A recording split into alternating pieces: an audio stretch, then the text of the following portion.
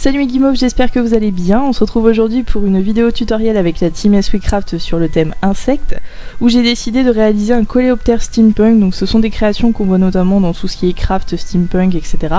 J'ai eu un livre à Noël qui m'a montré pas mal de modèles comme ceci, donc j'avais également envie d'en créer un. J'en profite également pour vous annoncer l'arrivée d'un live avec toute la team ce dimanche 17 janvier à partir de 17 h, donc j'espère vous y retrouver. Alors, concernant la liste du matériel, vous allez voir qu'il vous faut notamment des basiques, puisqu'on va faire notamment beaucoup de montage. Donc il vous faudra des pinces, de la colle forte, ensuite éventuellement du fil aluminium, vous verrez que c'est bien mieux avec, et également des décorations, des engrenages, des filigranes et autres décorations qui pourraient être bien sympas. Et donc on va venir notamment utiliser une ampoule. Donc là j'ai pris des toutes petites ampoules, et ce sont des ampoules qui sont faites spéciales pour tout ce qui est crafting, projet DIY, etc. Mais vous pouvez également prendre une ampoule lambda que vous n'auriez plus besoin.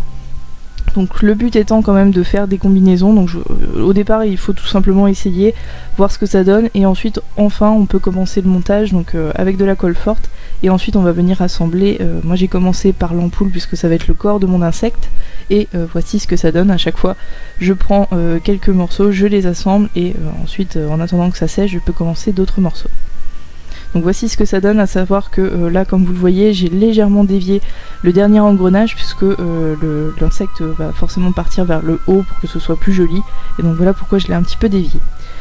Ensuite je vais prendre du fil aluminium pour créer une sorte de base pour le corps et la tête de mon insecte, une base beaucoup plus fine, et vous allez voir qu'ensuite je vais le couper en deux. Donc en fait je vais faire 4 pattes, mais en fait j'en utiliserai que 2, puisqu'en fait le corps sinon va être beaucoup trop long, donc ça n'ira pas.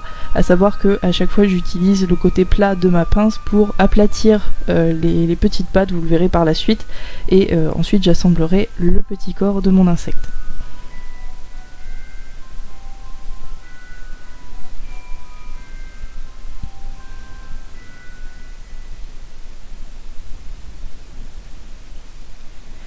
Donc une fois que j'ai fait les deux espaces pour pouvoir mettre les pattes, donc comme vous le voyez là j'ai fait l'arrière, mais l'arrière finalement ne me servira pas, donc je l'ai fait un petit peu pour rien, mais bon c'est pas grave. Si toutefois vous faites un modèle plus petit, ça peut toujours vous servir. Et donc à chaque fois il faut attendre vraiment que ce soit bien sec pour pouvoir assembler le tout, et surtout utiliser voilà des petits morceaux pour pouvoir les mettre un petit peu en hauteur, et ce qui vous servira pour le séchage.